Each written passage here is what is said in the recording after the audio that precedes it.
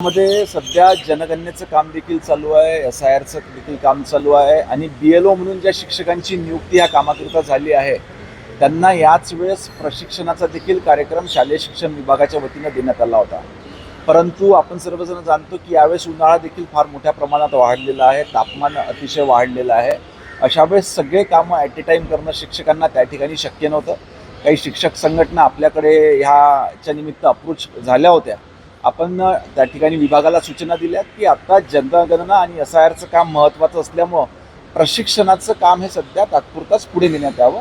ह्या कामानंतर प्रशिक्षण शिक्षकांचं राज्यातलं घेण्यात येईल. तो एक महत्त्वाकांक्षी उपक्रम होता, तुम्ही त्याला पुढाकार घेतला. बाल वैज्ञानिक इस्रोला जाणार, तुम्ही मुख्यमंत्र्यांना नासाला जाणार, मुख्यमंत्र्यांनाही भेटले, काय सांगा? राज्यातल्या शालेय शिक्षण विद्यार्थ्यांमध्ये विज्ञानाची गोडी निर्माण व्हावी याच्याकरिता मागच्या अनेक वर्षापासून राज्यामध्ये तालुका स्तरावर, जिल्हा स्तरावर आणि राज्यस्तरावर बालवैज्ञानिक विज्ञान प्रदर्शनीचं आयोजन करण्यात येते.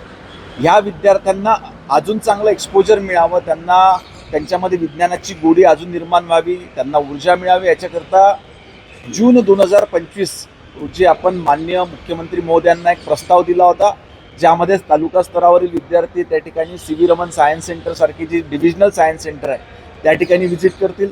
जिल्हा स्तरावर उत्कृष्ट परफॉर्मन्स करणारे विद्यार्थी हे इस्रो बँगलोर या विज्ञान संस्थेला त्या ठिकाणी भेट देतील आणि राज्यस्तरावर चांगलं काम करणाऱ्या शालेय शिक्षण विद्यार्थ्यांना अजून त्यांना चांगलं त्या ठिकाणी माहिती मिळाली पाहिजे, विज्ञानाबद्दल नवीन टेक्नॉलॉजी त्यांना माहीत झाली पाहिजे. याच्याकरता NASA अमेरिकेला ह्या जागतिक विज्ञान केंद्राला भेट देण्याची संधी उपलब्ध व्हावी अशी विनंती आपण माननीय मुख्यमंत्री महोदयांना केली होती.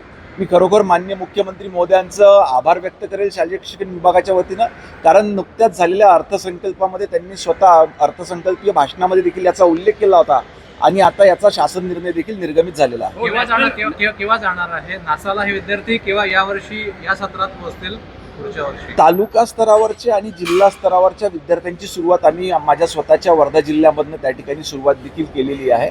आता ह्या सत्रातली येणाऱ्या सत्रातली जेव्हा विज्ञान प्रदर्शनी राज्यस्तरावरची होईल तर मग ते राज्यस्तरावरचे विद्यार्थी निश्चितपणे नासाला जातील. हो, नॅशनल क्राईम रेकॉर्ड ब्युरोचा एक अहवाल समोर आला, ज्यामध्ये जे आहे देशामध्ये लैंगिक अत्याचारामध्ये पुणेचा 5वा क्रमांक जे आहे ते दिसून आले. त्यामुळे चिंतेची बाब नाही, निश्चितपणे चिंतेची बाब आहे, परंतु याच्यामध्ये जनजागृती हा देखील एक महत्त्वाचा भाग आहे.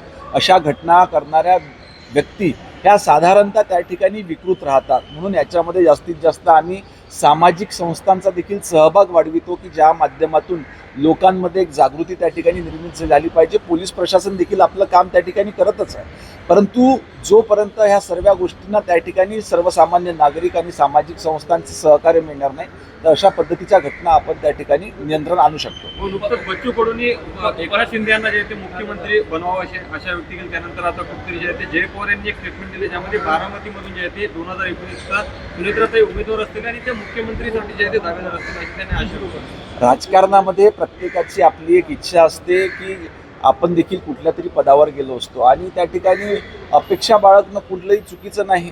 त्या ठिकाणी जेव्हा जेव्हा ज्यांना संधी मिळेल तर मुख्यमंत्री होऊ शकते. माहिती स्पर्धा तर चालू नाही ना मुख्यमंत्री? अशा कुठल्याही पद्धतीची स्पर्धा महायुतीमध्ये नाही आहे. तीनही पक्षांचे ज्येष्ठ नेते एकत्रितपणे अतिशय चांगलं काम या राज्यामध्ये करीत आहे. NCRBच्या आकडेवारीनुसार देशात हत्येमध्ये दुसरा क्रमांक नागपूर शहराचा लागतो, पहिला क्रमांक पटणाचा लागतो आहे. दर महिन्याला साधारणतः 8 हत्या होत आहे आणि जो दर आहे तो 3.5 आहे, गंभीर आहे. आणि हे सगळे हत्या जे आहे ते किरकोळ कारणातून झालेल्या आहेत असं तरुण मंडळी यामध्ये. अशा पद्धतीच्या घटनांवर पोलीस प्रशासन हे बारकाईनं लक्ष त्या ठिकाणी ठेवून आहे आणि ही आकडेवारी सतत चेंज होत राहते. त्याच्यामुळे आता जरी असेल तरी ह्या घटना नियंत्रणात कशा आणतील आणि अशा पद्धतीची कार्यवाही करणाऱ्या गुन्हेगारांवर सक्त त्या ठिकाणी कारवाई करण्याचे निर्देश देण्यात आले आहेत. आपल्या विदर्भातल्या शाळा यावेळेस लवकर सुरू होणार आहे, उन्हाचा तळा काय आहे? सगळ्यांचीच मागणी आहे की नेहमीप्रमाणे जूनपासून सुरू व्हावा. काय कारण की प्रचंड तापमान असणार आहे जूनच्या याच्यामध्ये. शाळांमध्ये प्रवेश घेणाऱ्या विद्यार्थ्यांचं सिलेबस देखील कंप्लीट झालं पाहिजे. ह्या हिशोबाने विभागाच्या वतीनं तो त्या ठिकाणी टाइम टेबल राज्यस्तराचा करण्यात आलेला आहे, परंतु त्या भागातली भौगोलिक परिस्थिती लक्षात घेता त्यानुसार त्या ठिकाणचे निर्णय पुढील काळात घेण्यात येईल. नाशिकच्या धर्मांतर प्रकरणामध्ये निदा खानची मुख्य महिला आरोपी होती, ही अटक झालेली आहे संभाजीनगरमधून. कसं पाहता आता शेवट अनेक दिवसांपासून अशा पद्धतीचे जबरदस्तीचे धर्मांतर होऊ नये याच्याकरिता आपण नुकत्याच झालेल्या अधिवेशनामध्ये कायदा देखील पास केलेला आहे आणि त्यांच्यावरती आपण कारवाई देखील करणार आहोत. म्हणून अशा पद्धतीच्या चुकीच्या घटना होऊ नये याच्यावर सक्त अशी कारवाई करण्यात येईल. शालासाठी ज्यामध्ये घोटाळा झाला होता ते शिक्षक आहे 632, त्या शिक्षकांना 400 आता झोमॅटो डिलिव्हरी बॉय एफ वगैरे गाड्या चालवत आहेत. हा तिढा का सुटण्यास राज्य सरकार सुप्रीम कोर्टात जातो म्हणते हायकोर्टानं सांगितलं पगार करा म्हणून. नाही, याच्यामध्ये दोन्ही गोष्टी देखील महत्त्वाच्या आहे की जो झालेला घोटाळा आहे त्याच्यामध्ये जे दोषी असतील त्यांच्यावर कारवाई देखील झाली पाहिजे.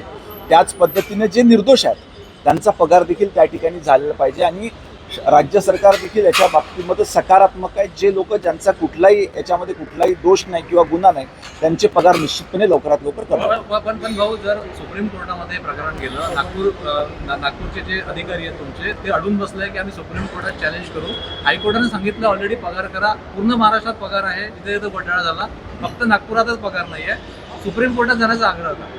ह्या संपूर्ण प्रकरणाची सखोल चौकशी करण्याकरिता त्या ठिकाणी SITचं गठन करण्यात आलेलं आहे. SITच्या अहवालानुसार जे दोषी आहे त्यांच्यावर त्या ठिकाणी कार्यवाही करण्यात येत आहे. परंतु मी पुन्हा एकदा आपल्याला सांगतो की ज्या शिक्षकांचा याच्यामध्ये, शिक्षक असो किंवा कर्मचारी असो, ज्यांचा कुठल्याही याच्यामध्ये सहभाग नाही किंवा दोष नाही त्यांचे पगार नियमितपणे त्या ठिकाणी देण्यात येईल. बाबा 10वीचा निकाल आहे, मनाविरुद्ध निकाल आला तर अनेक विद्यार्थी नैराश्यात जातात, काय आव्हान असणार आहे? दिवसेंदिवस स्पर्धा वाढत असल्यामुळे अशा पद्धतीचं नैराश्य अनेक विद्यार्थ्यांमध्ये येते.